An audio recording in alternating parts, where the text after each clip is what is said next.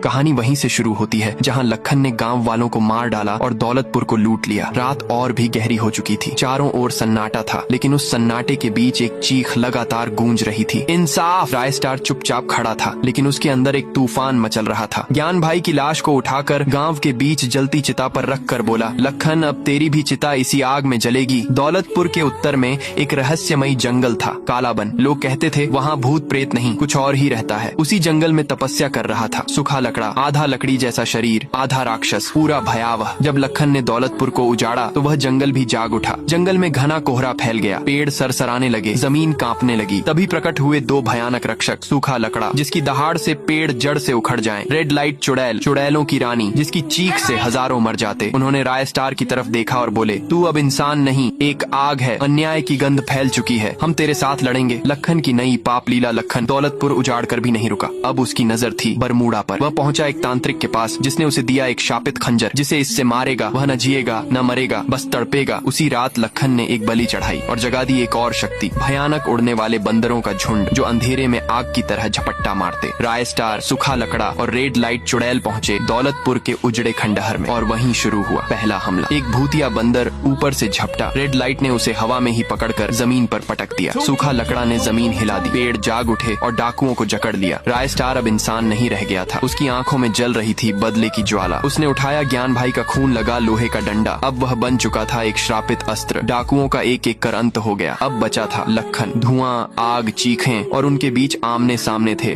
रायस्टार और लखन। लखन ने शापित खंजर से वार किया, लेकिन रायस्टार अब पीड़ा से परे जा चुका था। उसने लोहे के डंडे से लखन को जमीन पर गिरा दिया और बोला, ये दौलतपुर की आत्माओं का न्याय है। एक आखिरी वार हुआ, लखन की सांस टूट गई।